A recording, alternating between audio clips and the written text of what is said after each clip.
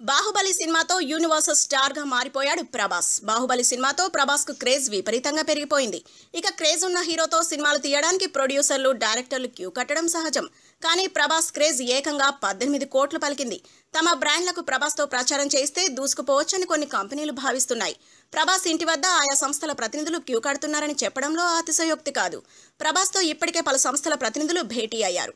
తమ ఉత్పత్తులకు ప్రచారకర్తగా వ్యవహరించాలని కోరారు. కానీ ప్రభాస్ మాత్రం ఏ ఒక్క డీల్ కు ఇంతవరకు ఓకే చెప్పలేదట.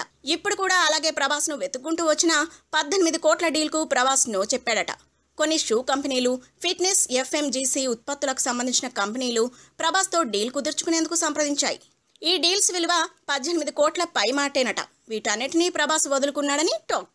ప్రస్తుతం తను చేస్తున్న సాహో సినిమాపైనే ప్రభాస్ దృష్టి పెట్టాడని, ఆ సినిమా పూర్తయిన తర్వాతే ఏ డీల్ అయినా కుదుర్చుకునే ఉద్దేశంలో ఉన్నాడని తెలుస్తోంది. పైగా బాహుబలి 2 సినిమా బాలీవుడ్ లో కూడా ఘన విజయం సాధించడంతో పలువురు బాలీవుడ్ దర్శకులు, నిర్మాతలు ప్రభాస్ తో సినిమాలు తీయడానికి ఉవ్విళ్లూరుతున్నారట.